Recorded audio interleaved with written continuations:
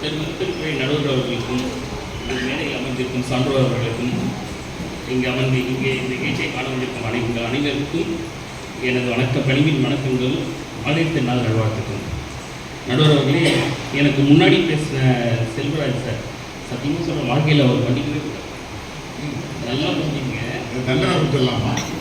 வரேன் அதுதான் அது நம்மகிட்ட வராங்க. அவங்களுக்கு எதிரில் இருக்காங்க சார். நல்லா புரிஞ்சுங்க. ஒரு பொண்ணு புகுந்த வீட்டில் தான் சந்தோஷமாக இருக்காங்கன்றதுக்கு உதாரணம் வாழும் எடுத்துக்காட்டை எதிரில் உட்கார வச்சுட்டு இங்கே ஒரு மனுஷன் உட்காந்து இப்படி பேசிகிட்டு இருக்காரு. ஒரு மன்னிக்கலாமான்னு கேட்டேன். அதை வேறு சார் இது சொல்கிறார் சார். அதாவது கருத்து கணிப்பு சொல்கிறார் சார். 10,65,000 ரூபாய் குடிச்சிருக்காங்க பாருங்களா. மனுஷன் உட்காந்து எண்ணிட்டு இருந்திருக்காரு. இதை போயிட்டு இது ஒருவேளை இது வெளியில் சிசிடிவி கொஞ்சம் பார்த்துட்டு இருக்காருன்னு நினைக்கிறேன் சார். இங்கே நான் இந்த பட்டிமன்றத்தில் நம்ம முடிவு பண்ணுறோம் எது சந்தோஷம் அப்படின்னு. இந்த பட்டிமன்றத்தில் முடிவு பண்ணணும் சார். மகிழ்ச்சின்றது எதுங்க? அது தெரியாமல் தான் இங்கே இத்தனை பேரும் பேசிகிட்டு இருக்காரு சார். நான் ஒரு சிம்பிளாக ஒரு உதாரணம் சொல்கிறேன். ஒரு குழந்தை கையில் ஒரு பொம்மையை கொடுக்குறீங்க, 2 கையில் ஒரு குழந்தை கையில் ஒரு பொம்மை. இந்த பக்கம் அந்த குழந்தை பேரில் ஒரு 50,000 ஃபிக்ஸட் டெபாசிட் போட்ட ஒரு ரசீது. அந்த குழந்தைக்கு எது கொடுக்குன்னு நினைக்கிறீங்க? அது பொம்மையை தான் கேள்வி. ஆனால் உண்மையான மகிழ்ச்சி என்பது ஃபிக்ஸட் டெபாசிட் மட்டும் தான் தெரியும் சார். நான் இந்த உலகத்தில் நம்ம எல்லாருமே நம்மளோட சின்ன வயசில் இந்த தப்பை பண்ணியிருக்கோம். அது என்ன தெரியுமா? நம்ம சின்ன சின்ன சந்தோஷங்களுக்காக பெரிய பெரிய இலக்குகளை விட்டுருக்கோம். அதுதான் சார் பெரிய அதான் நான் தெரியாமல் கேட்குறேன். ஆக்சுவலாக நீங்கள் பிறந்த வீட்டில் பெண்கள்ன்றது 18லேருந்து ஒரு 22 வருஷம் இருப்பாங்க. அதிகபட்சம் ஒரு 25 வயசு வரையும். அதுதானே? ஆனால் நான் என்ன சொல்கிறேன்னா, நீங்கள் பிறந்த வீட்டில் இருந்தது உங்களுடைய இளமை காலம். நான் இங்கே இருக்க எல்லாருமே கேட்குறேன், நம்மளோட இளமை காலங்களில் நம்ம எப்படி இருந்திருக்கோம்? இப்போவும் இங்கே இருக்க எல்லாருமே இளமை காலங்களில் கடந்து வந்துருக்கும் கிட்டத்தட்ட 90%. ஆனால் நம்ம இளமை காலங்கள் நம்ம செய்த தப்பை நினைச்சு முதுமை காலத்தில் எத்தனை தடவை நாம் வருத்தப்பட்டிருக்கிறோம் என்பது கரெக்டாக சொல்லுவோம். உண்மையாக இருந்த கைத்தறிங்க இல்லைன்னா வேணும். நம்ம எத்தனை பேர் நம்ம இளமை காலங்களில் சின்ன சின்ன முடிவு எடுக்க தெரியாமல், எது சரி எது தவறு என்று தெரியாமல் எத்தனை பேர் நம்ம தப்பு பண்ணிட்டு இளமை காலத்தை நரகமாகி இருக்கோம் தெரியுங்களா சார்? இளமை காலத்தில் ஒரு வரப்பிரசாதம் இருக்கு. அது என்னன்னா, நீங்கள் எவ்வளவு தப்பு பண்ணாலும் உங்களுக்கு திருத்தி கொள்ள அது காலமும் வயசும் கொடுக்கும். ஆனால் முதுமை அப்படி கிடையாது சார். உங்கள் முதுமையை கொண்டாடும் இடம் புகுந்த வீடு என்பதை மறந்துவிடாது. அதுதான் நான் சொல்கிறேன். உங்களை முதுமையை கொண்டாடுறது உங்கள் பிள்ளைகள், உங்கள் கணவர், உங்கள் பேரப்பிள்ளைகள் இருக்கிற இடம் புகுந்த வீடு. இந்த அடித்தளத்தை உங்களுக்கு சார் முதுமை உண்மையாகவே சொல்கிறேன். எத்தனை பேர் கணவன்களை இழந்த பெண்கள், எத்தனை பேர் தெருவுலையும் ரோட்லையும் பிச்சு எடுத்து ரொம்ப கஷ்டப்பட்டு அவங்க கிட்ட போய் கேட்டு பாருங்க, கணவனுடைய அருமை என்ன, புகுந்த வீட்டோட அருமை என்னன்றது அவங்களுக்கு தெரியும் சார். சார் நம்ம எல்லாருமே ஒரு விஷயத்தை பேச மறந்துக்கிட்டோம். அது என்ன தெரியுங்களா? காதல் சார். காதல் ஒரு பெண், அதாவது இது ஆண் பெண் ரெண்டு பேருக்குமே ஒத்தது தான். ஆனால் இங்கே பெண்களை பற்றி பேசுறதால இதை சொல்றது. பெண்களுக்கு இளமையில் அழகான காதலும் முதுமையில் ஆழமான காதலும் கிடைக்கும். அது எங்கே கிடைக்கிது? புகுந்த வீடு சார். சார் இளமை, அதனால கொஞ்சம் இளமையில் சின்னதாக ஒரு வாட்ஸ்அப்பில் நம்ம கேட்டு பதில் சொல்லினா பூச்சிக்குவாங்க. சின்ன சின்ன சினுங்கல்களும் சின்ன சின்ன சண்டைகளும் இளமை காதலை அழகுபடுத்தும். அந்த காதல் இருக்குல்ல, அந்த சின்ன சின்ன விஷயங்களில் தன்னைத்தானே அழகுபடுத்திக்கும். ஆனால் முதுமை காதல் அப்படி கிடையாது சார்.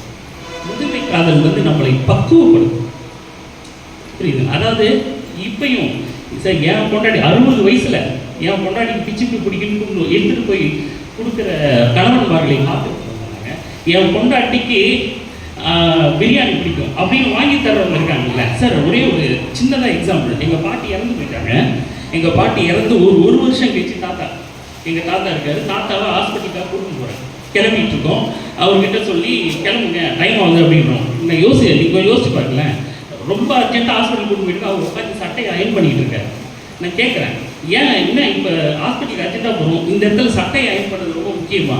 எங்கள் தாத்தா சொன்னார், எங்கள் பாட்டி இறந்து போய் 1 வருஷம் ஆகுது சார். எங்கள் தாத்தா சொன்னார், என் பொண்டாட்டிக்கு நான் கசக்கிற சட்டை போட்டு வெளியே போனால் பிடிக்காதுன்னு சொன்னார் சார். இதுதான் சார் மகிழ்ச்சி.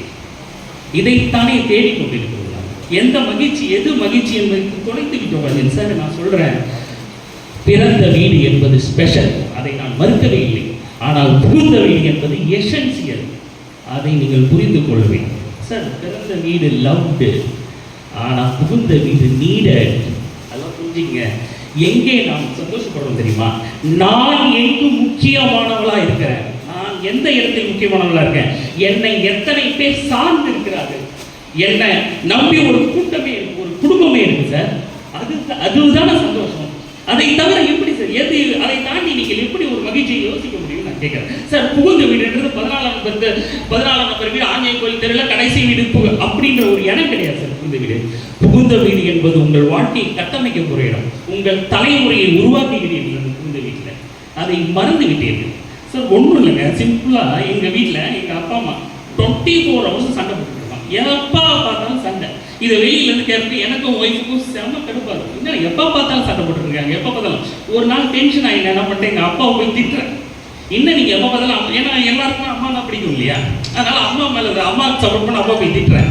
உடனே எங்கள் அம்மா கொஞ்சிச்சு பாரு, ஒரு சொல்லுவோம் செம்ம திட்டி என்ன, நீ எப்படி அவங்க திட்டலாம், ஏன் நீ இவ்வளோ திட்டிட்டு, நான் திட்டமுண்டா, நீ யார் தான் திட்டுறதுக்கு கேள்வி இருக்குல்ல சார். நான் போய் கேட்குறேன், உங்களுக்கு என்னென்ன பிரச்சனை. எங்கள் அம்மா அந்த சண்டைக்கான காரணத்தை சொல்கிறாங்க சார். பிபி மாத்திரை ஒழுங்காக போடுறது கிடையாது. இந்த வயசில் 74 வயசுலையும் வந்து சைக்கிள் ஓட்டிட்டு போகிறாரு. நான் ஷேர் ஆட்டோவில் போகணும்னு சொல்கிறேன், அவர் போக மாட்டுறாரு.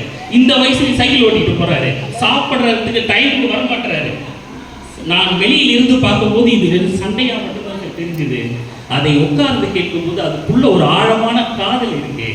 அது புகுந்த வீட்டில் தானே கிடைக்கும் சார். அதாவது சார் நல்லா புரிஞ்சுக்க, குடிகாரன் சார் குடிச்சிட்டு கொண்டாட்டியை போட்டு அடிப்பான் சார், பயங்கரமாக அடிப்பான். ஆனாலும் அந்த பொம்பளை அந்த வீட்டுக்காரை விட்டு வரவே மாட்டாங்க சார். ஏன்னு யாராவது ஒரு நாள் யோசிச்சு பார்த்தீங்களா? ஒன்றும் இல்லை, அது கல்லானா கணவன் புல்லானா அதெல்லாம் ஒன்றும் கிடையாது சார். சிம்பிளாக சொல்கிறேன் பாருங்க, அவன் எவ்வளவு அடித்தாலும் அவன் நம் மீது உயிரையே வச்சிருக்கிறான்னு ஒரு மனைவிக்கு மட்டும்தான் சார் தெரியும். நான் சொல்றது இதுதான். அதாவது இப்பயும் சொல்றேன், நான் இப்ப சொன்ன அத்தனை நிகழ்ச்சிகளும் மகிழ்ச்சி இல்லை, நெகிழ்ச்சி சார். சரி, இப்ப சொல்லுகிறேன், உங்களுக்கு பிறந்த வீடு கொடுப்பது மகிழ்ச்சி, ஆனால் புகழ்ந்த வீடு கொடுப்பது நெகிழ்ச்சி. எனவே பெண்கள் மகிழ்ச்சியை விட நெகிழ்ச்சி தான் முக்கியம். பெண்கள் அதிகமாக நெகிழ்ச்சியாக இருப்பது புகுந்த வீட்டில் தான் என்று சொல்லி வாய்ப்புக்கு நன்றி பாராட்டி விடைபெறுகின்றனர்.